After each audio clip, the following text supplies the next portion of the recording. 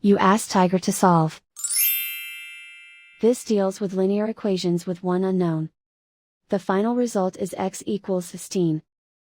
Let's solve it step by step. Group all x terms on the left side of the equation. Add 1 over 2x to both sides. Group like terms. Group the coefficients. Convert the integer into a fraction. Combine the fractions. Combine the numerators. Group like terms. Combine the fractions. Combine the numerators. Reduce the zero numerator.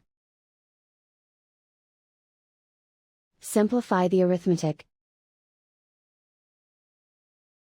Group all constants on the right side of the equation.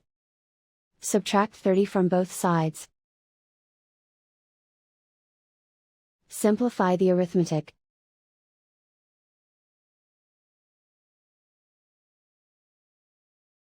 Isolate the x. Multiply both sides by inverse fraction 2 over -1.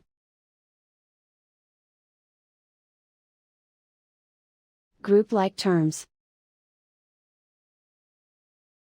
Multiply the coefficients. Simplify the arithmetic.